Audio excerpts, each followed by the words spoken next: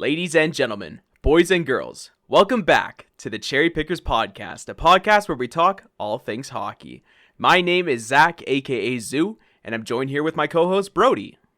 How's it going, everybody? Episode 7 today. Sorry for the past week. We had some recording issues, but problems are solved and we're ready to go for the trade deadline special. We are ready to rumble. The trade deadline is on Monday the 21st. We're looking forward to it. Little disappointed though, Brody. We've had quite a few big names already off the trade board. So we're gonna recap some of the trades that have happened since the last episode, and we'll go from there. But yeah, sorry again that we didn't upload an episode last week. Like Brody said, we did have some recording issues. And we just couldn't get it out. So we apologize for that. Hopefully everything is fixed and as good as normal. So Brody, let's start today's episode. Let's go over some of the trades that have happened recently in the last, about week, give or take, the last 5 days. And let's talk about them briefly. And then after that, we are going to basically make our predictions, predict where the top players are going to be going and what they're going to be going for at this trade deadline. So let's start off with the trade on March 14th. Colorado Avalanche acquired defenseman Josh Manson from the Anaheim Ducks in exchange for defense prospect Giroux and a second-round pick in 2023. What do you think of that trade? Who won it, Brody? Right now, Colorado for sure. I mean, when you're a Stanley Cup contender and you're bringing in a really good top four defenseman, there's at this point, I would say Colorado wins. Long term, could definitely see Anaheim, depending how they do with that second-round pick. But Colorado just added to their already really deep defense core, and you can definitely tell they're going all in this year. Yeah, absolutely. I agree with you there. Colorado making a huge splash, acquiring a very good, solid defensive defenseman, right-handed shot, Josh Manson. I haven't looked into Giroux that much. I'm not sure what he's been doing, on his way up to the NHL, but Giroux in a second in 2023. I think in the long run, I think Colorado's still going to win this trade. 2023, I think Colorado's still going to be a pretty dang good team next year. So I don't think that's going to be a very high pick in the second round. But yeah, I definitely believe Colorado wins it now. And, with a lot of these trades, only time will tell. But yeah, Josh Manson to the Colorado Avalanche. The very next day, Colorado makes another trade, a 1-for-1 with the Minnesota Wild. They trade Tyson Jost to the Wild in exchange for Nico Sturm. Who won it? Who lost it, Brody? To be honest with you, I don't really know much about Nico Sturm, so it's kind of hard for me to comment on that, but I would say probably Minnesota. I mean, Tyson Jost is a good depth center. I think he's going to help out their bottom six, and you could tell Minnesota was looking to add a centerman. I thought they were in for Giroux, but yeah, I mean, they add a good center in Tyson Jost. He puts up decent numbers. He'll be a good bottom six forward for them, so I'm going to say Minnesota. Yeah, I think Minnesota wins this one too. It's one of those situations where you kind of have to move on from Tyson Jost, especially if you're in contention. He's got a little bit of a cap hit. I can't remember off the top of my head what it is, but bringing in a guy like Nico Sturm, who is, I believe, on an entry-level deal, or he's making, below $1 million this year.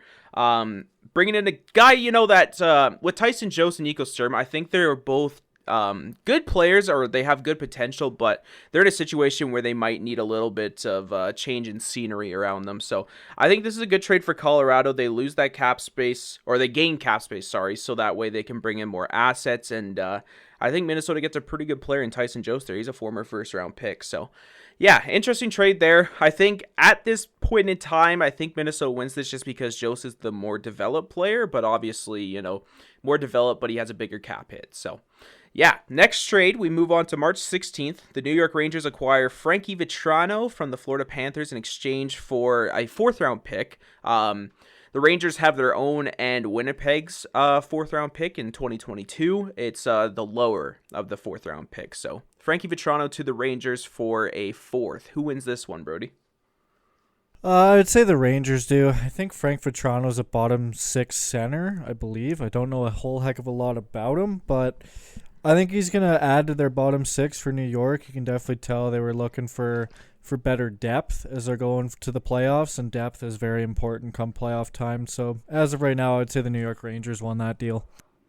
So I'm a little bit on the fence here. So yes, Frankie Vetrano, decent player, gets about 30 points per season. Definitely adds to the Rangers' depth on forward, which is what they need because they definitely have a lack of scoring.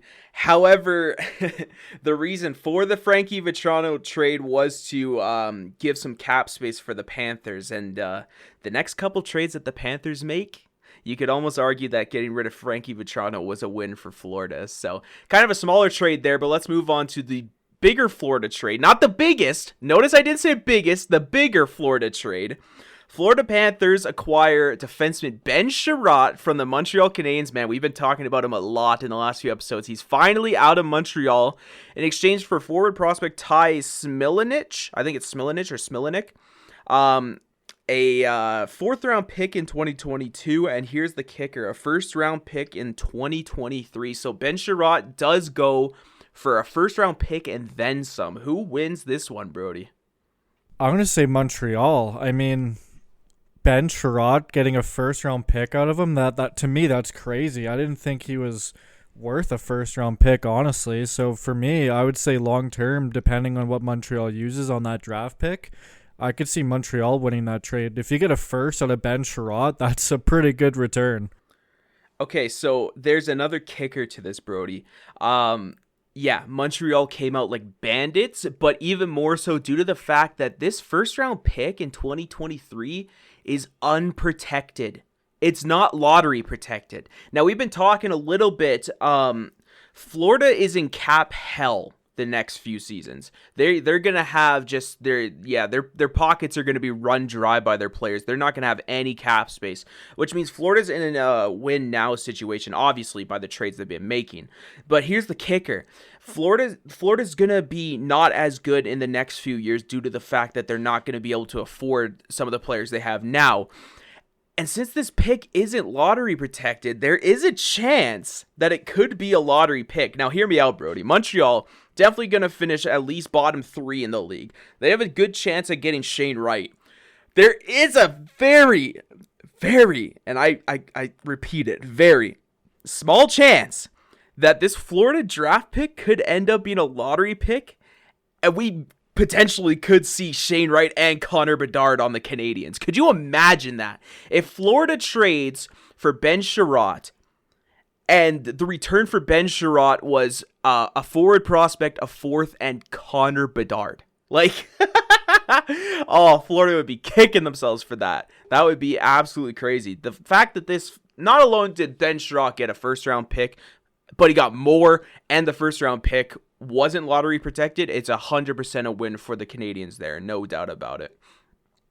And then another trade happened literally like 5 minutes after that one on the 16th. The Flames made another move. They acquired forward Calle Jarnkrok from the Seattle Kraken in exchange for a second round in 2022, a third round in 2023, and a seventh round in 2024. Who wins this deal between the Flames and the Kraken, Brody?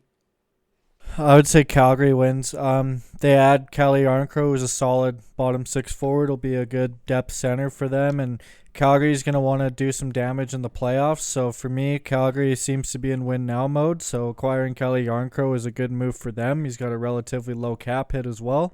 So for me, I would say Calgary wins this deal. Now I'm going to throw some fun facts about Calle Jarnkrok your way, Brody. You want to hear them? You betcha. So, Calle Jarnkrok is actually Elias Lindholm's cousin. Did you know that? I did not, actually. Yeah, so Calle Jarnkrok and Elias Lindholm are cousins. Calle Jarnkrok, Elias Lindholm, and Jacob Markstrom all come from the same hometown in Sweden, and all three of them trained together in the offseason. So, this move by the Flames, it's very, very similar to the Tyler Toffoli trade, where Tyler Toffoli had so much previous chemistry with the players on the current Flames roster. It's very much so the same here with that, Swedish connection. The Flames are full of Swedish players, and just bringing in a guy that won't ruin that locker room chemistry. Because I find, honestly, with the Calgary Flames, this team is one of the most, they have the best chemistry in the league. They're so tight-knit, and Daryl Sutter's brought them together, and they work so good as a team. And I find that with Calgary compared to other Cup contenders, Calgary lacks a little bit of the star power that other teams have, but they make up for it with that chemistry and like in the locker room and on the ice and whatnot. So I think this trade as well is definitely a win for Calgary. A second and third is definitely a lot to give up. The seventh was to give up to retain 50%, even though Calle Yarncrocs only making $2 million this year. But I think Calgary wins this one. Okay, Brody. I'm going to jump ahead a day. We're going to go to today. The first trade of today, Minnesota acquires Nicolas Deslauriers from the Ducks in exchange for a third-round pick. I don't think we really need to discuss who wins that trade. It's pretty straightforward, adding a depth forward for a third-round pick. But let's go back to the 18th. This trade blew my mind when I heard this return. So, Chicago trades Brandon Hagel, a 4th-round pick in 2022, and a 4th-round pick in 2024 to Tampa Bay in return for Boris Tkachuk, Taylor Radish, and 2 first-round picks. This trade was a lot to take in when it was unveiled. Who wins this one, Brody? Chicago. I mean, when you bring in 2 first-round picks for Hagel, who hasn't even proven really he's anything more than like a bottom 6 forward. Like, this year's trade deadline to me just seems like, hey, let's just throw in first round picks just because. For real. Like, yeah. Like, what is going on? Like, with people just getting rid of first for players that are nowhere near worth that. And Chicago, who's obviously entering a rebuild, and they're probably going to be moving on from Taves and Kane in the future, to add 2 first-round picks to jumpstart your rebuild, and while only really giving up Hagel and like a few, nothing that crazy, and you get Taylor Radish out of that as well, who's not a bad player himself. Like, to me, I think Chicago fleeces Tampa on this deal. I don't know about you, but that's just my thoughts. This was an incredible move by Chicago. So Brandon Hagel, he's been on fire this year. He's got 21 goals and 16 assists for 37 points in 55 games. He definitely has a lot of upside. It's evident. Chicago, not a very good team this year, and yet Brandon Hagel is playing very good. He's got tons of upside, but here's the thing. Chicago waits until the deadline where teams start to get desperate. They got a guy in Brandon Hagel who's got a very good contract. He's making under $2 million for the next 2 years. And he's shooting 22% right now, which is obviously not, reliable. He's not going to be shooting 22% for the rest of his career. But you have this, stars align moment where this guy is just so valuable, and you're able to milk 2 first-rounders and 2 decent guys coming up as well in Tkachuk and Radish. This is a no-brainer. This is a win for Chicago. But, I mean, I'll go as far as say this. If Tampa Bay three-peats, then Tampa wins the trade. Obviously. Like, you get a Stanley Cup out of it, So, if Tampa three-peats, I'll give Tampa the benefit of the doubt, but I'm going to say about 99% sure that Chicago wins this trade. So, all right, Brody, we got 2 more huge trades that happened today. Huge trades. Let's start off with the first one that broke through. So the Boston Bruins acquired defenseman Hampus Lindholm from the Anaheim Ducks. So the whole half of this episode, we were going to predict our trades. Brody, did you have a prediction for Hampus Lindholm on where he was going to go? I did, but based after this trade, I was wrong on that one. What did you predict, man? I had Hampus Lindholm going to the New York Rangers. I had him going for a 2022 first-round pick, which was top 10 protected.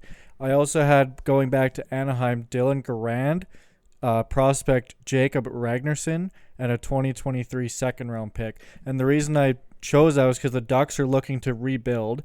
Garand is a young goalie of the future who could play under Gibson, and Ragnarsson is a young 22-year-old defenseman as well to come in for Lindholm. And then if you develop him over time, it's obviously Ducks are rebuilding. They're looking to get younger. They're looking to get draft picks. So that was my reasoning behind that. And the Rangers are a team that have a lot of cap space, be looking to bring players in for their playoff run this year. So that was just my reasoning for that. That's actually not a bad trade concept right there. If I was the Rangers, honestly, I would have pulled the trigger on that. But it's obvious Boston had other intentions. I myself did see Hampus Lindholm going to Boston. I wrote down all my predictions about 3 hours before this trade vouched. So I want to take credit for it. I did say Hampus Lindholm was going to Boston. I had relatively close to the return value, but not quite. So my return value for Hampus Lindholm was a 2022 first, Fabian Lysell, and a 2022 fourth. So the actual return for Hampus Lindholm, the trade that went through, was a 2022 first. I can't see the years of the picks, but I know it was a first, 2 seconds, Urho Vakanainen and John Moore. So I said Lysell in a fourth, which is pretty close to, a couple seconds right there. Fabian Lysell is a first round, prospect. But wow, what a big trade. So Lindholm to the Bruins in exchange for a first, 2 seconds, Vakanainen and John Moore. Who wins this trade, Brody? I would say right now the Boston Bruins win this trade. They're going for another playoff run, and when you add Hampus Lindholm on top of Charlie McAvoy and who else is on their D-core? I'm trying to think right now.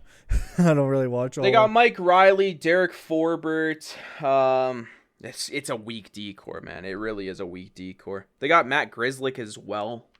I don't know if that helps your case any or not, but So yeah, they add a good defenseman to definitely help that blue line, and their offense is already pretty good. They had the cap space to pull the trigger, and to get him on 50% retained salary as well is definitely not bad at all. So I would say Boston wins the deal.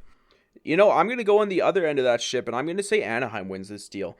Yes, you lose a good defenseman in Hampus Lindholm, but obviously Anaheim's not trying to compete right now.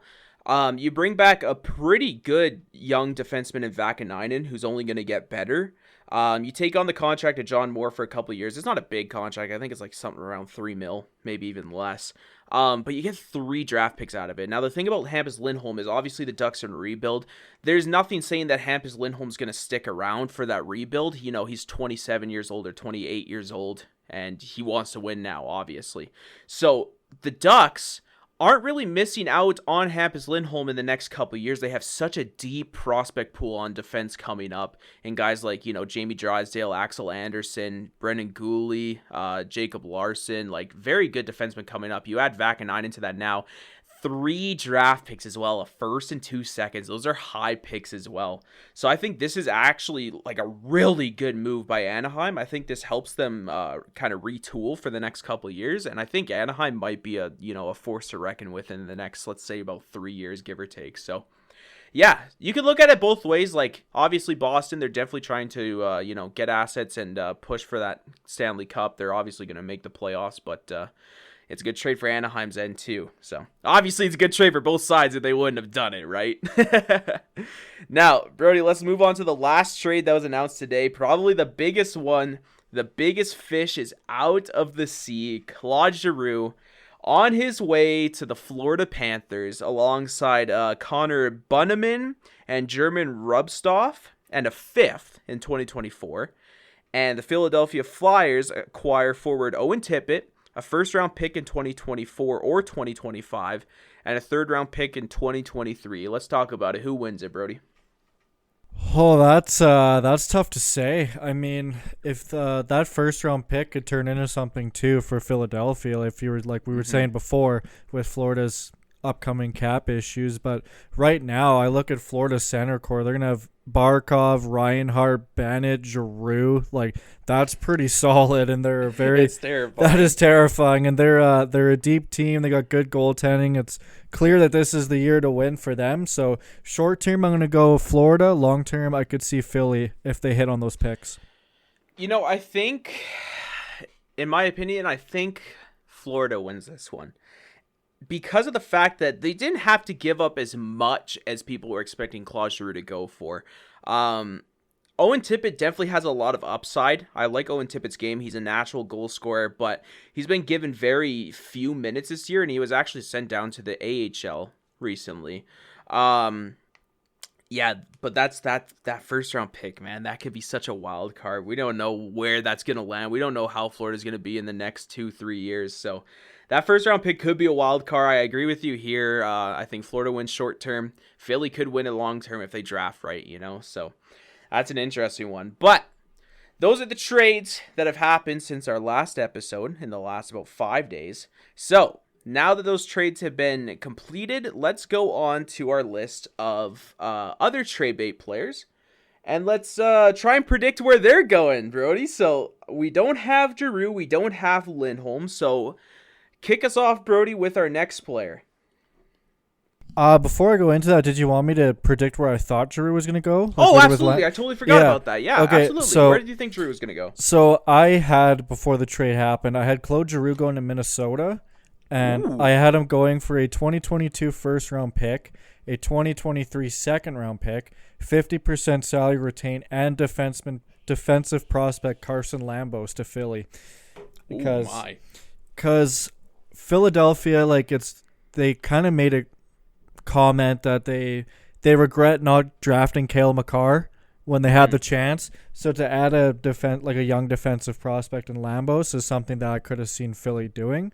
And for Claude Giroux, Minnesota is a team that could use some centers. That's why they got Tyson Jost as well. So I just thought that Minnesota was going to end up getting Claude Giroux. Yeah. I had Claude Giroux go into Colorado. I knew that Florida was the front runner, and it actually turns out it was said that Claude Giroux had a full no movement clause, so it was up to Claude Giroux where he went. It sounds like Florida was the only place he wanted, and he was only going to go to Florida. He said that that's what the report was. I still said Colorado. I said to Colorado, Claude Giroux 50% retained. To Philadelphia, JT Compher, a 2023 first, and Shane Bowers. So my thought process behind that was JT Compher was the cap space that Colorado would have to move out to get Claude Giroux back, 50% retained. And the thing with Philly is that they have a decor. It may not be a great decor, but they have a decor. They obviously locked up Ristolainen. They have Ryan Ellis. They have decent defensemen. So I figured they'd probably want more of a forward prospect, and Shane Bowers is a pretty good forward prospect. So I also said in my notes here, I said, I think that Florida is the front runner for Giroux, but I have zero idea how Florida is going to be able to afford Giroux, even with 50% retained. Well, I guess they did, man. I don't know. I didn't think he was going to go to Florida just because of the salary cap issues, especially when they just brought in Ben Chiarot, but they found a way, and, Giroux's now in Florida. So, all right, Brody, let's move on. All right, so we're going to talk a big one first, get it out of the way. Mm-hmm. People have been wondering for a while, and that is about Jakob Chychrun. So for me on this deal, I had Jakob Chychrun going to Boston instead of Lindholm, so I was wrong about that. I had Jakob Chychrun to Boston for a 2022 first-round pick, a 2023 second-round pick, 50% salary retention, and Mason Lohrei. He's a defensive prospect with the Green Bay Gamblers of the USHL. He's got 19 goals and 40 assists for 59 points as a defenseman. Holy. So a very good defensive prospect, and it was clear that Arizona was asking for a pretty hefty return on that, on Jakob Chychrun. So that was those are my thoughts with Jakob Chychrun. Had him going to Boston, and Lindholm went to Boston, so I'm wrong on that one. Hey, you never know. You never know, Brody. They could bolster up and get Chychrun too, and if they do, man, they could be front runners for that cup. But we'll have to see on Monday. I'm gonna be the party pooper. I think Jakob Chychrun stays in Arizona after this deadline day. I just think that the asking price is too high, especially now we see what Hampus Lindholm was worth. Now Jakob Chychrun's, stock is just through the roof. So I think the asking price is too high. There's too many defense available at this deadline day. And I feel that teams aren't going to, scramble to overpay on Chychrun when they can get a decent rental player to fill that position. So I think if Chychrun does move, I think it's going to be in the offseason. But I think he's going to stay in Arizona for the rest of this year. Who's our next player, Brody? Fair enough, man. I had I can definitely see Jakob Chychrun not going anywhere, but it's a trade deadline special. I wanted to go all spice it up, baby. I wanted to spice it up Bold and have take. everybody going somewhere. All right, we're gonna into the next player here. We're gonna go to the goaltending side of things. Okay, and that is Marc-Andre Fleury. A lot of interest in him, especially between teams like the Washington Capitals, Edmonton Oilers, Toronto Maple Leafs, to name a few that have been linked to Fleury. And for me, I have Marc-Andre Fleury going to the Great White North, and he's going to Toronto. Ooh. I have him going for Travis Dermott, Ilya Mikheyev, a 2022 first-round pick, a 2023 second-round pick with 50% salary. It was noted earlier in the season, like the very beginning of the year, that Ilya Mikheyev requested a trade from the Maple Leafs. I feel Travis Dermott is a player that the Leafs would look to move as well in terms of cap space issues. And for Marc-Andre Fleury, they're probably going to be asking for a first-round pick. It's obvious that the Leafs are going to have to get him to retain money as they're very strapped against the cap. So that's just my prediction. I have Marc-Andre Fleury going to Toronto. So I want to read something from Darren Drager's Twitter. That this is very, very interesting. Darren Drager said it 5 hours ago. He said, here's a deal that didn't happen. Chicago and Toronto discussed Hagel and Fleury to the Leafs for Peter Mrazek, Matthew Knies, I think it is, and first-round picks. So, who knows? Like, that's where you could look at it. It's like, okay, the possibility is there for Marc-Andre Fleury to go to the Leafs, but you know, that trade has already been discussed, and who knows if both teams have decided to move on or not from it. We could still see Fleury go to the Leafs, and the Leafs could, propose a different offer now without Hagel on Chicago's end, but I like it. I definitely like your idea there. I think your asking price might be a little too much. I don't know if Toronto's willing to part ways with that much. Mikheyev and Dermott. Dermott's been very good for Toronto this year, but you never know. This trade deadline has been very pricey already, so you might hit it on the nose with that one. I think you're going to like my prediction for Marc-Andre Fleury, Brody. Would you like to hear it? You bet I do. All right, so to Chicago, we have a 2022 first.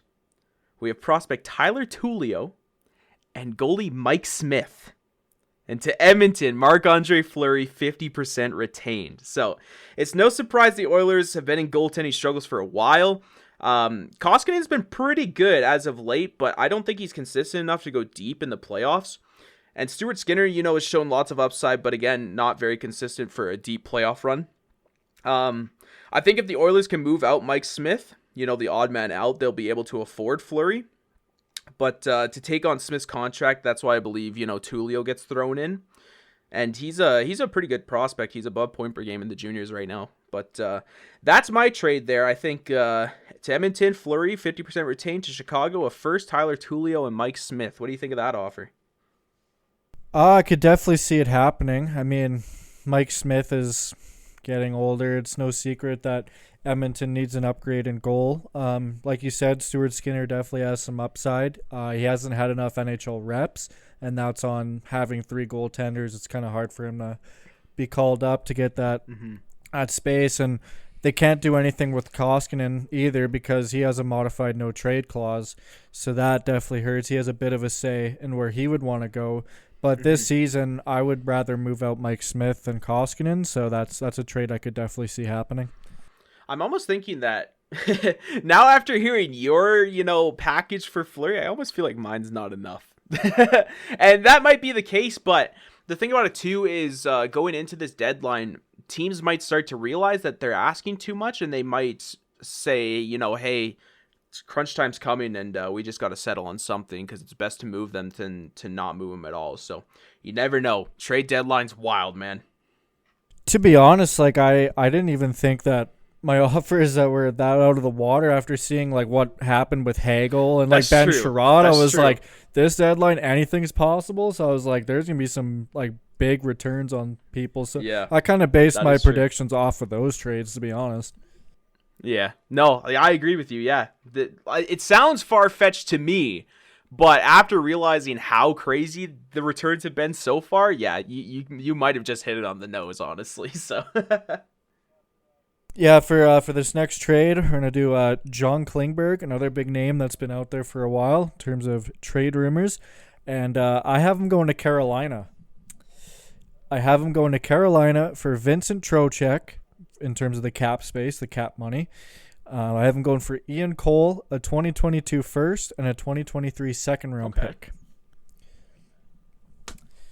And it's clear Carolina's going for another cup run. And the reason I put in Vincent Trocheck for that as well is because Martin Necas has a new contract coming up as well, and I believe he's a center, so they're going to look to sign him. I don't think they're going to be able to afford all of Jordan Staal, Martin Necas, Vincent Trocheck, so on and so forth. So I put him in for the cap reasons, and also to give Dallas more depth on their forward group, because Sagan's been declining this year. Jamie Benn's been declining this year. They're still looking to get in the playoff picture.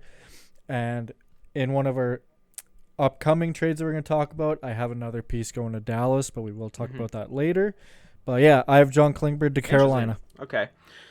Yeah, I like that. I think Trocheck going to Dallas definitely is appealing to Dallas. Like you said, Dallas's forward core has definitely been regressing. It's really just been that Rupe, Hintz, Robertson, and Pavelski line producing for them. So I like that. I definitely could see John Klingberg going to Carolina. John Klingberg does not have that big of a cap hit, so it definitely is fittable.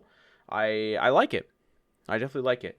For Klingberg, I'm in the same situation as you with Jakob Chychrun. I had Klingberg going to Boston as well. The return was a 2022 first-round pick and prospect Oscar Steen. I even said in my notes, I said, this is a trade that Boston should go for if they can't get their hands on Hampus Lindholm. Well, they got their hands on Hampus Lindholm.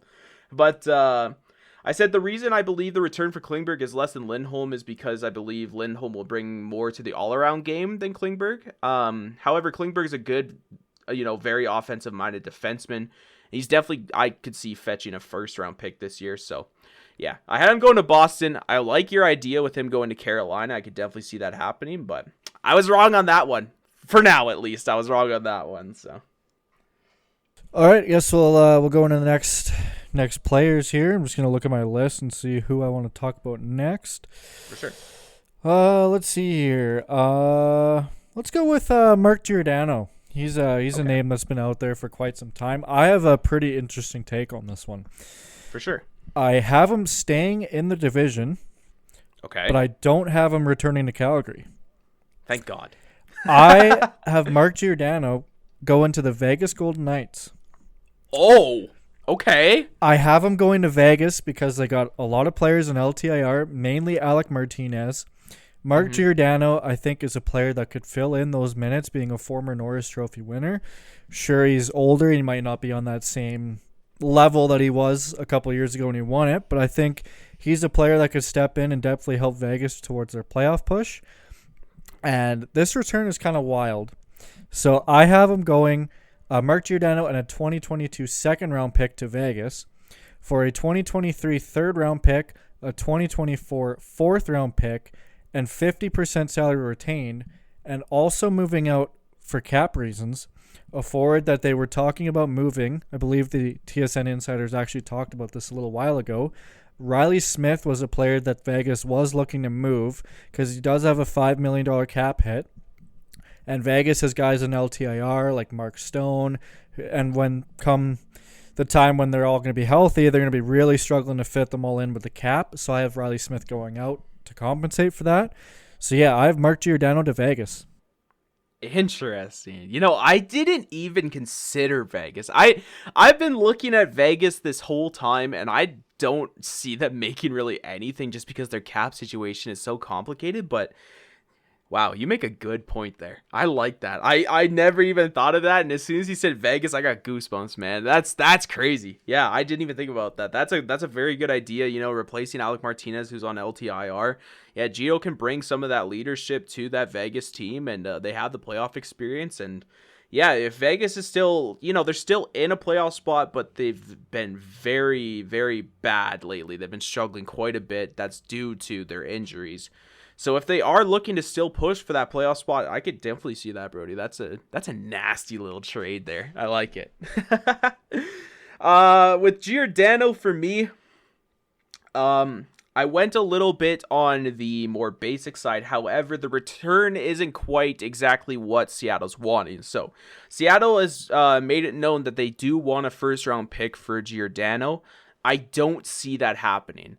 I really don't. I don't think Giordano has the caliber anymore of a first-round pick. So I think this trade's going to happen, in the last couple hours of trade deadline, when Seattle's like, okay, we can't get a first. Let's try and get the best, next available. So I have Mark Giordano and 50% retained going to the Leafs in exchange for a 2022 second and a 2023 third. So, the reason why I say a second and a third is because Kyle Dubas has made it known that he does not want to give up a first for a rental. I think the third round pick is there to retain 50% of the salary. And since Jake Muzzin is on LTIR, they can definitely afford Giordano at 50%. And you get to reunite, Giordano with TJ Brody. I think you could run those guys actually as your top pair and have Morgan Riley on the second pair, and that would take a lot of load off him, and that would, allow for, his offensive game to shine through. So I think Giordano, 50% retained to the Leafs for a second and a third. That's my prediction. That'd be a solid top 4 for the Leafs for sure if they brought in Giordano. Mm-hmm. All right, let's see the list here. We got next on, and I'm going to talk about Rickard Rakell. Okay. So my prediction for Rickard Rakell, I think he's going to the Pittsburgh Penguins. Ooh.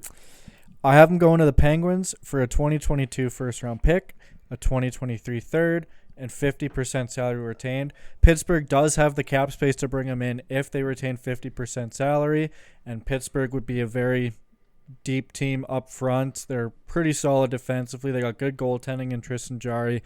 And Pittsburgh, man, like, they just don't quit ever. Like, I thought they were going to be starting to go on the decline this year. I didn't think they were going to be nearly as good as what they're doing. They're not going on the decline until Crosby's retired, man. They're going to be competing until Crosby calls it quits. Yeah, I just thought they were going to start to slow down a bit just because, like, Crosby and Malkin are getting older. A lot of their core is older, like Chris Letang as well, but they just continue to surprise me year after year. Mike Sullivan's a really good coach. They're going in for another Stanley Cup, and I think Rickard Rakell would be a great piece for them to add towards that cup run. Yeah, that's very fitting. I like that trade. My return for Rickard Rakell is very similar to yours. I have Rickard Rakell going out for a 2022 first, but not 50% retained, and I don't have the third there to compensate for the 50% retained. However, I think Rickard Rakell is going to go to the New York Rangers. So, ooh, I like it. Yeah. It's no surprise, the Rangers are in need of more offense, and Rickard Rakell's, a perfect fit for the Rangers. He's a second liner that can net you 40 to 50 points in an 82-game season. He's only got a cap hit of 3.75, and the Rangers have about 7 to 8 mil to work with at deadline day, so that's why I don't think he gets retained any. I did say that Pittsburgh is a dark horse to acquire Rakell, but they do have less cap space and assets than the Rangers. So that's why I think he's going to go to New York. I think he can provide that, offensive punch that the Rangers desperately need to get into these playoffs and get through these playoffs. So Rickard Rakell for a first to the New York Rangers. I like it. I could definitely see that happening because that would really help their center core. I mean, they got Zibanejad, Ryan Strome, if you add Rakell in there as well. Philip Hedl. Like, they've got Rakell can play on the wing, too, which is even nice. Exactly. He's a very versatile player, so that would be a great addition for the Rangers for sure. Yeah. All right. I am going to move on to Jake DeBrusk. That's a name that's been out there for quite a while. He's actually been playing on Boston's top line with Brad Marchand lately. He definitely requested a trade earlier in the year. He made it very well known. He wanted to move out of Boston. That was like very beginning of the year. He still hasn't been moved yet. And I have him going to the Chicago Blackhawks. Okay. I have him going to Chicago, Jake DeBrusk, and a 2022 third-round pick for Dominic Kubalik. Yes, I like that. That's a name for Chicago that's been out there for quite a while. And they have a very similar cap hit, very similar skill set, in my opinion, as well. I don't think they're too far off of each other. And it's clear that Chicago's looking to rebuild. Adding a young forward in Jake DeBrusk, who's got some upside, I think is definitely a good move for Chicago. So I have Jake DeBrusk and a 2022 third-round pick for Dominic Kubalik. I'm going to be a party pooper again. I hate to say it. And it's kind of ironic that, yes, Jake DeBrusk has been asking for a trade for a while, but I don't think he leaves Boston. I think, he's been playing on that top line, like you said, with Marchand. He provides a decent, secondary scoring option for the Bruins. And I think that, like your trade, if they were to move Jake DeBrusk, they would have to bring in another roster player that can help them on their cup run. I like that Kubalik idea. I had a spicy one that I was going to write down, but I just don't see it as realistic. I was thinking, Jake DeBrusk and, a few pieces on top of that for a swap with St. Louis for Vladdy Tarasenko. I could see something like that happening where Tarasenko, made it, open that he wanted the trade out of St. Louis as well. So a little flip-flop there, but I think with Jake DeBrusk, I think it's, you got to have the right asking price or he's going to stay, because I don't see why they would move on from him, especially if they're playing him on the top line with Marchand. So, yeah, party pooper again. I'm sorry, folks. I don't see DeBrusk going anywhere, but who knows? I could be wrong. All right, on to the next player. We're going to talk about another big guy. Okay. A big player coming from the Vancouver Canucks, and that is JT Miller. Okay. So I have JT Miller going to the New Jersey Devils. Ooh. I have him going to New Jersey for Pavel Zacha, Ryan Graves, a 2022 first, and a 2023 second. It was clear that Vancouver has interest in Pavel Zacha. Ryan Graves would definitely help out that blue line. And JT Miller, the asking price would definitely be a first-round pick in my opinion. And I think JT Miller is definitely worth all that value. He's been a very good player for the Vancouver Canucks. He was really good when he was in Tampa as well. He's a pretty good goal scorer for your top six. And I think he would be a great addition in the New Jersey Devils. And New Jersey has a lot of cap space to be able to take on JT Miller's cap hit as well. So I have JT Miller to New Jersey. Brody, you're making me look like a goofball out here. You're choosing all the players that I think are going to stay. And JT Miller is 100% one of them. I honestly think that the idea of trading JT Miller is stupid, and there better be a bag that the Canucks acquired to get for JT Miller. He's one of the biggest pieces on the Canucks on and off the ice. Vancouver's been really good under Boudreau. They're 6-3-1 in their last 10, and they're only 3 points out of a wild card spot. With how weak the Pacific Division is this year, without a doubt the Canucks could easily slide into a wild card, if not even top 3 in the division. I don't see JT Miller going anywhere. I think it would be stupid for Vancouver to move him, and he's one of their best players. Like, that would just ruin so much chemistry on that Canucks team that they've been building up since they got Bruce Boudreau. So I don't know. I like the trade for Zacha and Ryan Graves. I know Zaka's been a name that's been thrown around quite a bit, especially linked with JT Miller. I know there's been a little bit of rumors of Miller going to the Rangers as well, but I think it'd be stupid if Jim Rutherford traded him. So that's my take. I don't think he's going nowhere. I mean, I agree with you. I could see him not going anywhere, but it's a trade deadline special, man. I made a trade for everyone. It's NHL 22, man. We're making big trades. Hey, I here. appreciate that too, man. I even said, I was like, hey, I told Brody this week, I said, hey, prepare a trade for all of these players. Brody came through, man. He made a trade for all these players. I'm the one that looks like an idiot now. You know what? I don't mind the trade that you have with New Jersey. I should have probably wrote one down for JT Miller, but I don't know. I don't see him moving, man. And if he does move at deadline day, then you guys can call me out. Call me out on Twitter at your boy Zoo. Tell me I'm an idiot. Tell me JT Miller is a god and that Jim Rutherford's a god for moving him. But I don't see him moving.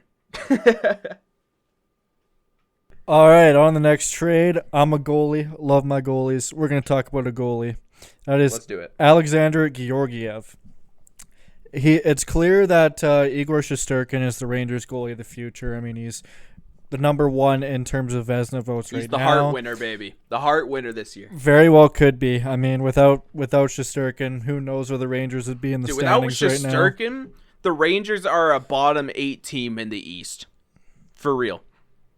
Yeah, like he's been rock solid for them all year. But anyway, it's clear that they want to move on from Georgiev. He would like an opportunity to prove what he can do in a starter role or have at least more opportunity to play. And for this reason, because I had Marc-Andre Fleury moving out, I have Alexander Georgiev going into Chicago. Ooh. Chicago is a team that is looking to rebuild. They're looking to get younger. Georgiev's a young goalie who would like an opportunity to prove himself. I think he would get that in Chicago. So I have him going to the Blackhawks for a 2022 second round pick, a 2023 fourth, and prospect Evan Barrett. Not a huge return for Georgiev. He still has to prove what he can do. He's kind of like a fringe starter, like kind of like a 1B. So I could see him going to Chicago, though, if they're looking to move out Fleury. Okay, yeah, I like that. I didn't even think if Fleury were to go, Chicago would be a great place for Georgiev. And yeah, I agree with you there with the return for Georgiev. I don't think it's going to be big as well. I have Georgiev going to Vegas. And in return, the Rangers are going to get a 2023 third and goalie prospect Logan Thompson. Logan Thompson's actually been playing a little bit with the Vegas Golden Knights since the injury to Robin Lehner. And Logan Thompson's actually been really solid down in the minors. So, I have him and a 2023 third going to the Rangers.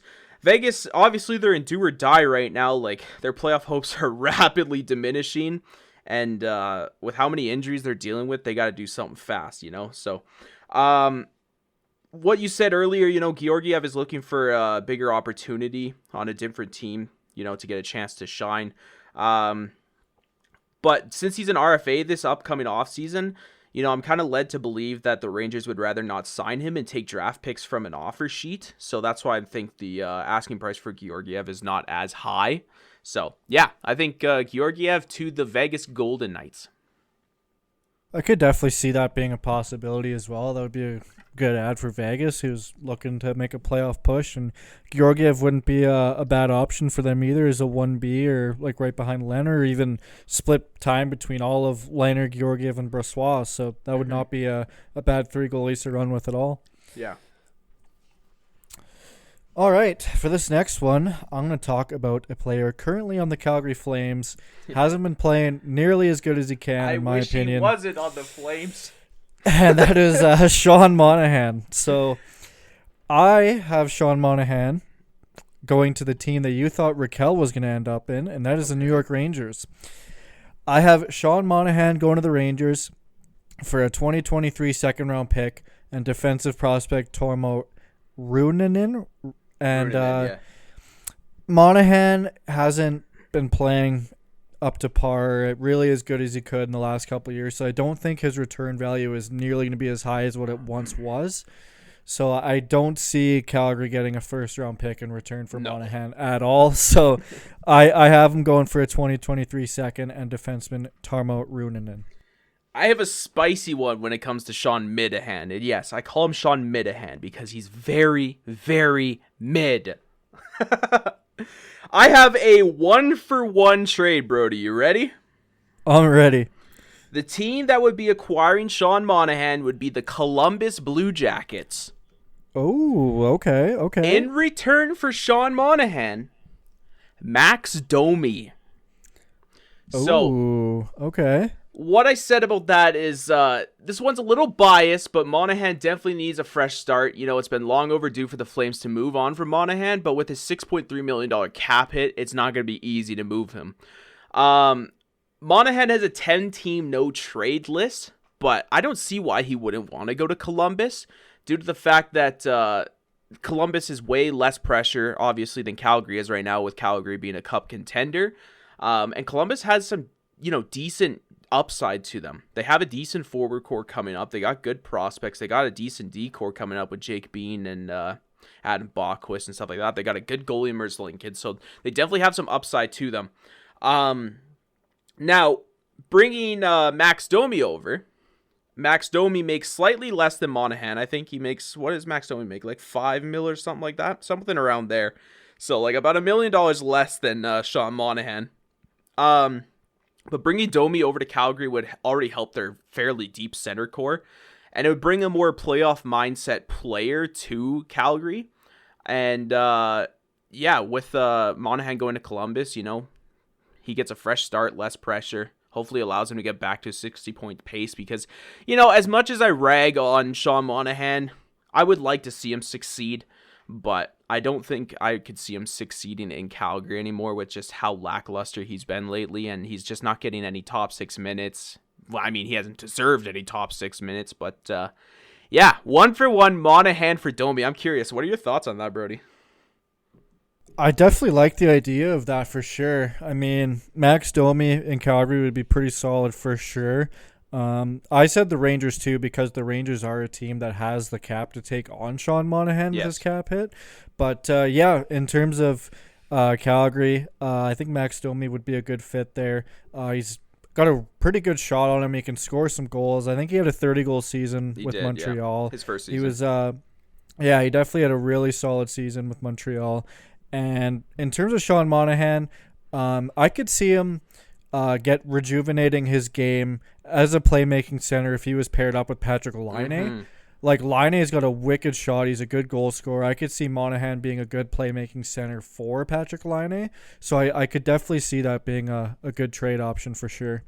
That was kind of the mindset I had going into that one as well. I was thinking of, pairing up Monahan with Line, or even a guy like Cole Sillinger. They got some threats over there in Columbus, so I don't see why Monahan wouldn't want to go to Columbus. But like I said, he does have a 10 team no trade list, so I don't know. It's going to be hard to move Monahan, from the Flames with that $6.3 million cap hit, especially with his production this year and last year. But only time will tell, man. Only time will tell. Fingers crossed.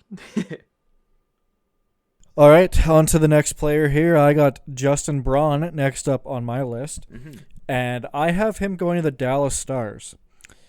I have him going to Dallas for a 2022 third-round pick, and the reason I have him going there is because if Klingberg moves, they're going to need to fill that void on the blue line. He's also a right-shot defenseman, just like Klingberg. He can log minutes. He's a good defensive defenseman. So I could see Justin Braun going to Dallas. I have Justin Braun going to Los Angeles for slightly more than you were thinking. I am going for a second. Just because, we've seen how crazy the returns have been this year. I don't see why Justin Braun couldn't fetch a second rounder. But LA has definitely been an overperforming team this year. But why not, ride the wave and go for a cup? So if that's the case, they need defensemen. The only two players on LA that play 20-plus minutes a night is Drew Doughty and Matt Roy. You bring in Justin Braun, he can easily fit their blue line and not only take some pressure off and minutes off of their youth-filled defense core, but he can also provide a good amount of shutdown play, something LA desperately needs. They're 27th in penalty kill, and they're first in shots allowed. So they definitely need some shutdown veteran presence defensemen, and they need some strength on that right side with right shot defensemen. So I could see Justin Braun going to Los Angeles. That's definitely a possibility for sure. I mean, I was looking at LA's cap friendly earlier today, actually, and their defense core isn't that deep, really. Mm-mm. Like, I was like, wow. Apart from Doughty, like, it's really. They have a lot of rookies, on that D core. Because I was looking, I was like, oh yeah, they definitely lost Muzzin, they lost Martinez, like a long time ago, they lost Voinov. Like, their defense core used to be really, really good. And when I was looking at it today, I was like, yeah, they could definitely use a defenseman. So I could definitely see Braun going to LA for sure. Yeah, for sure. All right, for the next player, we're going to talk about Andrew Copp. He's a player that has been in talks of trades. It's Winnipeg is in the hunt, but they're slowly starting to distance themselves out of the playoff hunt. I don't think they're going to make it, man. I really don't. I don't see them making it either, personally. So I have Andrew Copp going to the Boston Bruins. Okay. I have him going to Boston, and the reason I said this is because their center core right now, they're rocking Patrice Bergeron, Charlie Coyle, Eric Howla, Curtis Lazar, I believe, is their fourth line center. And in their division, they're in a very hard division. You look at the teams that are in that division, they're all deep down the middle. Yeah. Like Florida with Barkov, Giroux, Reinhart, Bennett. Toronto's got Matthews, Tavares. Tampa Bay as well with Stamkos, Braden Point, Cirelli. Like, if they're going to have a chance to compete and get out of that division, I really think they need to upgrade their depth down the middle. So I have Andrew Copp to the Bruins for a 2022 second-round pick. So I have Andrew Copp going to a team that needs centers more than Boston. What team do you think that is, Brody? I'm going to go with Minnesota. You would be absolutely right. Andrew Copp to Minnesota. In return to Winnipeg, we got Kalen Addison, offensive right-handed shot defense prospect. And then we have a 2023 conditional second. That condition turns into a first if Andrew Copp re-signs in Minnesota. So I have Copp, he's literally the center that Minnesota needs. They're 30th in face-off percentage and 25th in penalty kill percentage. So it's no secret, that Minnesota needs the depth down the middle. And they couldn't find a way to pull Claude Giroux. Obviously Claude Giroux didn't want to go to Minnesota, but I feel as if that since Minnesota missed out on Claude Giroux, they have to go for a center now, and they need a center desperately. So with Andrew Copp, he's such a great two-way forward. He can get on the board. He can play the penalty kill. He has such a good two-way, 200-foot game. He's kind of been like a Swiss Army knife for the Jets this year with, injuries in their top six and whatnot. But I have Calen Addison going the other way. Winnipeg has an abundance of forward prospects coming up. So I like the idea of Calen Addison going there to sweeten their, defense prospect pool up. But, I think Copp goes to Minnesota. I could definitely see that happening, too. I didn't say Minnesota because I just didn't think Winnipeg would want to trade Copp to a team that they're like in their division, and they're still not entirely out of the playoff picture. But like I said, I don't see them making it. But I could definitely see them going to Minnesota. I mean, like you said, they're looking for help down the middle as well. And I do like Calen Addison going the other way because you were talking about their forward prospects. They have Cole Perfetti for one. Chaz Lucius. He's a good prospect coming up too. Mm-hmm. Christian Vesalainen. They got a lot of good forward, prospects coming up over there in Winnipeg. So they would definitely be looking to add to their defensive prospect pool for sure. All they really that's have, a trade I could definitely see. All they really have on defense for prospects is like Ville Heinola. That's pretty much it. I think they got Logan Stanley as well. Isn't he still relatively young, I think? He's playing like pretty consistent minutes. He's been on the roster this entire year. Fair enough, yeah. So, yeah, they're lacking on that. They're lacking on the D prospects, so that's why I could see, a guy like Calen Addison going over. All right, we're going to talk about another player who you actually just mentioned in the Sean Monahan trade. Okay. But after hearing that one, I don't know if my return is quite as enough for that. But I have Max Domi going to the Nashville Predators. Okay. They are a team that has cap space come deadline. They could definitely use some help on the wing or center. Domi can play both. I have him going to Nashville for a 2022 second-round pick, a 2023 third-round pick, with 50% salary retained on him as well. Okay. Yeah, I have, other than obviously the Max Domi trade that I had 1-for-1 there, I had another trade for Max Domi. I could see him going to the Los Angeles Kings. In return, I could see a guy like Akil Thomas and a 2023 second. However, I think there would have to be more to that trade for LA due to the fact that they'd have to clear up Domi's cap hit. It's 5.3. I finally figured it out. $5.3 million is Domi's cap hit. But, Max Domi just, helps out so much more to Los Angeles' all-around game. He's a gritty, goal-scoring center winger. He can play in all areas. He's a ideal playoff player. He plays with grit. He plays with heart. Because of how high Max Domi's cap hit is, I feel like he's out of first-rounder range, but he's definitely in that, second-rounder range. But like I said, I think there'd have to be more on Los Angeles and just to clear up that cap space for him. But he's definitely a guy that I could see fitting in LA and helping out every aspect of their game. Yeah, he would definitely help out LA. I mean, he's still a relatively young player, and he'd be playing with Quentin Byfield, Alex Turcotte, Arthur Kaliev, those really young prospects coming up. And he's definitely still a young player himself. I could see him fitting in with their power play. And he's a gritty forward as well. He's not afraid to get into the dirty areas, which is a great fit for the LA Kings, who look to play that style of game still with Dustin Brown. LA, when they were winning cups, they were a very powerful team. They were forechecking hard. They had good power forwards. But you know what that is, though? That's Daryl Sutter style hockey right there. And you can see it's evident, too, with the Flames, because Daryl Sutter brought that style of play over to the Flames, and that's exactly how the Flames play. They play a very hard forechecking, physical game. So that was definitely a Daryl Sutter influence there in LA. But like you're saying, they still play that style game. That is an LA Kings style of game. Yeah, so like I said, I could definitely see Max Domi fitting in with LA because he does bring that style of play with him. He's young, he's skilled, he can still be a solid goal scorer for them. So yeah, I could definitely see Domi going to LA. So for this next one, we're going to talk about a player that was traded for Claude Giroux today, and that is Owen Tippett. I had him going to the Detroit Red Wings. Okay. And I have him going to Detroit because he's a young forward. Detroit's a rebuilding team. I think he would be a good fit with their young core that they've got there with Moritz Seider, Lucas Raymond, Philip Zadina, so on and so forth. I think he could fit in with them going forward. I looked at his production this year. He has not a whole heck of a lot of points, so I kind of based my return off of that. I don't really know too much about Owen Tippett. But I have him going to Detroit for a 2022 third-round pick, and I said Detroit is rebuilding and could use a solid young piece for their core going forward.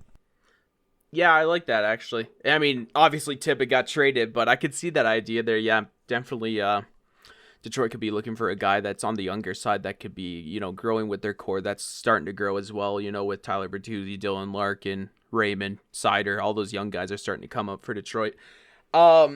My notes are pretty funny with Owen Tippett. I want to just read out what I wrote down. It's kind of fitting.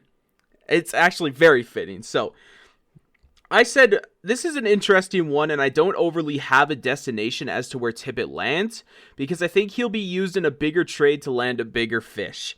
The thing that appeals about Owen Tippett is that he's a former 10th overall pick and a natural goal scorer. He hasn't got more than bottom 6 minutes in Florida, which means he hasn't had the chance to shine. He's a pending restricted free agent, but he's not able to go through arbitration, and since his production this year has been pretty lackluster, odds are he won't make as much next year than his entry-level contract this year. I then followed up and said, I could see the Panthers using Tippett to land a big fish like Claude Giroux. So, I mean, I guess I called my shot there as well. But, yeah, I don't know. When it comes to Owen Tippett, I would have just done a straight-up trade, just for Owen Tippett, but I truly thought that Owen Tippett would be the piece in something bigger, and it was obviously shown as, Florida traded him to land Claude Giroux. So, that was my thought process on Owen Tippett. Yeah, I mean, you were pretty much bang on there. Tippett was a part of the piece for Claude Giroux, so there you go. Yeah, called my shot. So we're going to go from young players to older players. Next one we're going to talk about is Nick Leddy. Okay. So I have Nick Leddy going to the St. Louis Blues. Oh, okay. They are a team that I looked at their cap friendly. They could use a sixth defenseman, like a sixth or seventh defenseman, I thought anyway, if they're going to get out of that crazy hard division that they got to get through. They're going to have to get through Minnesota, Colorado, potentially Nashville, all very good teams on the back end. So I thought Nick Leddy would be a pretty good pickup for them to help with their playoff run. I have him going for a third-round pick and 50% salary because Nick Leddy does have a decent cap hit. I don't think he's worth anything more than a third-round pick, in my opinion. So, yeah, I just have Nick Leddy to St. Louis. All right, so I had Nick Leddy going to Washington. Okay. Nick Leddy 50% retained. In return, I have Michael Kempny, a 2022 second, and a 2022 fifth. So the fifth-round pick is in there to retain the 50% because we know Stevie Y could pull something off like that. But yeah, the trade in itself is basically Michael Kempny in a second for Nick Leddy. That would be Winnipeg's second. Washington's obviously going to make the playoffs this year, whether it's from their good play or just because the East bottom 8 is so weak. But regardless of that, if they want to go anywhere in the playoffs, they need an upgrade in defense, especially their left defense. Nick Leddy is obviously an upgrade from Michael Kempny, and combine him with a second, it seems like it's pretty good value. Kempny in a second for Leddy. And then, like I said, the fifth is there to retain the cap hit with, Detroit has no problems at all taking on that cap hit. So that's what I think. Leddy 50% retained to Washington for Kempny, a second and a fifth. I like it. And yeah, like you said, I mean, if Washington's going to go anywhere deep in the playoffs, they have to upgrade their back end because they're in the Metro division, which is the craziest division and in the NHL. That's the thing too, is that Michael Kempny is Washington's second best left-handed defenseman. Like, that's not good. If you're going into a playoff push and your second best left side defenseman is Michael Kempny, you need to upgrade. Like, all they have is really Dmitry Orlov as a lefty. So that's why I see Washington being a really good fit for him. Could definitely see that for sure. And I mean, for all you hockey fans out there that don't know too much about Stevie Y, I will say this. You do not mess with Stevie Y, man. Fleece master. He is the fleece master. He drafts good and he trades damn good. He's the reason why Tampa is as good as it is now. I believe he's the one who drafted Kucherov and Braden Point. Yeah, he's the one that traded up one pick in the third round to draft Braden Point. You never see that. In the third round, you never see a team trading up one spot and they landed, a top 20 player in the league with that third round pick. That's just the essence of Stevie Y, and you do not mess around with Stevie Y. You see, you're a GM in the NHL and you see your phone ring on deadline day and you see it's Detroit calling you decline that call. Yeah, Stevie Y is one of the best GMs out there for sure. He's a guy you don't want to mess with on trade deadline day. I'm going to talk about one of his players now that we're mentioning Stevie Y, and that is Tyler Bertuzzi. So I have Tyler Bertuzzi going to their old 90s rival in the Colorado Avalanche. Oh, goodness. I have Tyler Bertuzzi to the Avs for a 2022 second, a 2023 second, and 50% salary retention on Bertuzzi. I looked at his cap hit. If they retain the money, they do have the money to bring in Bertuzzi. And with their already terrifying offense, I think Tyler Bertuzzi would be a great fit, and he would definitely help for them to go all in for the Cup this year. Interesting. I have Bertuzzi going to a team in that same division. It's a very flip-flop trade. So the player in return for Bertuzzi has asked for a trade, and I could see, Stevie Y pulling off something like this. So I have to Detroit, Philip Forsberg. Ooh. And to Nashville, I have Bertuzzi and a 2022 third. So I said this one's definitely a reach, but why not? Realistically, Forsberg is more than likely getting moved by Nashville. And it's really tough because Nashville is definitely making a playoff push this year. But bringing back a guy like Bertuzzi could definitely help Nashville fill the hole of losing Forsberg. And it would give, giving them a pretty high third round pick, which is essentially a low second. We all know that, Forsberg is a better player, better scorer than Bertuzzi, but not by much. So that's kind of my thought process there. I see Philip Forsberg moving at the deadline only because he asked for a trade, but Nashville needs to bring something in to fill in that hole. And it's not going to be easy filling in Philip Forsberg, but that's kind of my thought process behind that one there. Yeah, I could definitely see that for sure. I mean, like you said, Philip Forsberg asked for a trade, and Bertuzzi's a very good goal scorer himself. He's had, I think, didn't he have a 4-goal game earlier this year or something like that? Yeah. Yeah, so he's got the ability to put the puck in the net. I mean, he would definitely help that Nashville team. He's still a young forward. I think he's only 27, somewhere in that range. And yeah, I mean, you'd have to give up a little bit more than Bertuzzi because, like you said, he's not quite on that same level as Philip Forsberg. But he's definitely a solid goal scorer himself, and I could definitely see that trade happening. We got one more player to talk about, Brody. Phil the Thrill. The hot dog man himself. Where's Phil going? Funny enough that you said it, I have Phil going to the Preds. Oh, really? Okay. I do, and this trade is kind of a spicy one. Okay. I have Phil Kessel to the Predators for a conditional first-round pick if Nashville makes the conference finals, a 2023 second-round pick, a 2024 third-round pick with 50% salary retained on Phil the Thrill Kessel. I think if you put in Phil Kessel on Nashville, they have the cap to bring him in.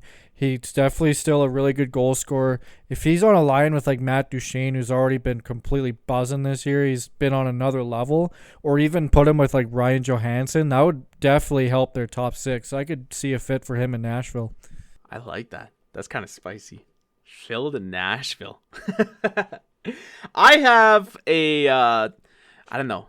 This one just made sense for me, And I told you this one before the show, Brody, but I have Phil Kessel going back to Pittsburgh, back where he won his cups. I have 2 Arizona, a 2022 second, and a 2022 fifth. Phil Kessel, 50% retained. I think this trade just makes sense for both teams. Bringing Phil Kessel back to the team that won him cups would not only ignite that past chemistry, but it would help Pittsburgh's need for some more scoring. Kessel's cap hit is $6.8 million, so I don't see teams giving up more than a second for Phil Kessel. And Arizona obviously has no problem retaining a bunch of that salary. And I think that's going to be a common trend, throughout this deadline. I think teams like Arizona, Seattle, maybe even Detroit, I feel like they might chime in on some of these deals and try and get some assets back to take on some cap. So I definitely see Arizona being active, but realistically only, taking on cap like they have with players, in the past, like Louis Eriksson and Jay Beagle and stuff like that. So, but I have Phil Kessel at 50% retained, going to Pittsburgh to reignite him with his favorite line mate, Evgeny Malkin. And that's my trade for Kessel. But before we wrap up this episode, Brody, I did ask Brody, I wanted to hear a wild card trade, a trade that would blow the heads off of every analyst in hockey. Brody, hit me with your wild card, spicy trade for this year's deadline. Well, I'm kind of being put on the spot here because I kind of forgot about that. Brody, no!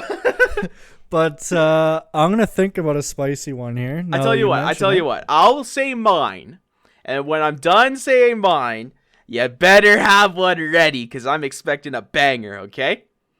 All right. So, this trade, it could happen. It really could. Chicago has been a seller. Chicago has been fleecing teams left, right, and center. And Colorado has been buying, man. I have, to the Chicago Blackhawks, Valeri Nichushkin, Shane Bowers, a 2023 first, a 2024 first, and a 2024 second. In return to Colorado, Patrick Kane, 50% retained.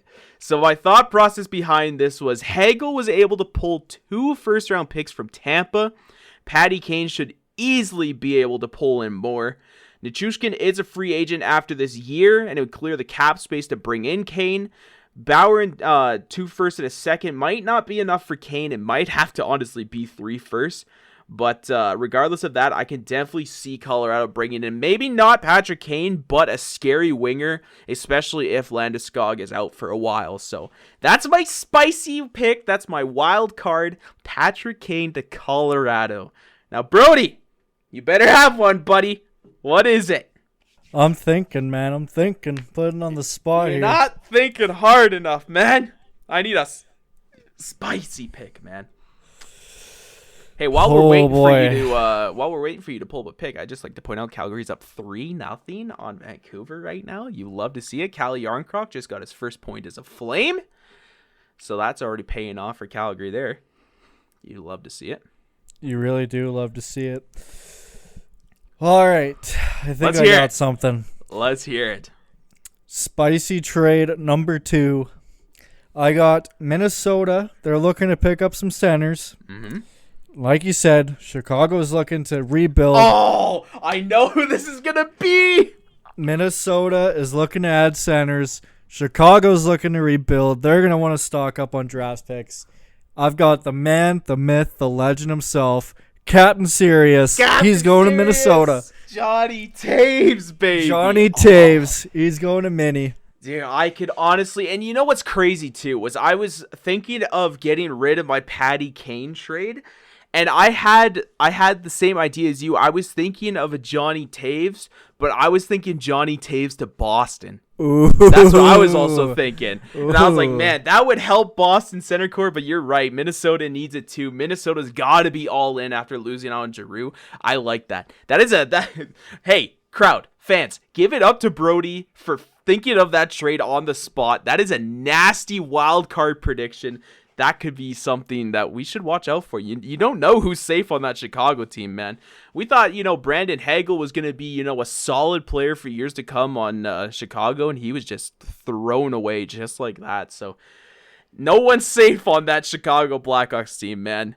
No staff, no players, nothing. No one is safe on that team. I like it, Brody. You know the thing too, like how you're saying, if Taves goes to Boston, could you imagine like two Selke caliber centermen and use their 1-2 punch and Patrice Bergeron and Jonathan Taves? You know, they're a little bit older, but still, just hearing the lineup of having a 1-2 punch of Bergeron and Taves is just that. Oh, I'd be shaking if I had to play a team that had Bergeron and Taves down the middle. Just forget winning any faceoffs that night. It's not gonna happen. Like you might as well just let the linesman drop the puck and just give it to Boston already. Like, yeah, that would be terrifying to see Johnny Taves in a Bruins uniform. Whew. All right, Brody. I think that about does it. This has been definitely our longest episode. We had a lot of fun. I know I had a lot of fun making those trades. I'm sure you did as well, Brody. A lot of fun to build, that's for sure. A lot of time consuming, looking at all the teams as cap friendly, seeing what would work, what I could see for trades. So that was a lot of fun to come up with that, and we definitely hope all you fine listeners out there enjoyed it. Yeah, the trade deadline is taking place on Monday, so you guys will be hearing this episode. It will be live on Sunday. That'll be about 24 hours before the trade deadline, so hopefully no trades happen between now and tomorrow, Sunday at noon, because we're going to look like fools if something goes down and we totally predicted it wrong. But that is the trade deadline, man. You never know what's going to happen. But we appreciate all of you for tuning in to the Cherry Pickers podcast. Our podcast is available on any podcast streaming network, whether it be Spotify podcasts, Apple podcasts, Google podcasts, or YouTube. Yeah, we're going to be glued to our phones watching this trade deadline unfold. We appreciate you all for listening.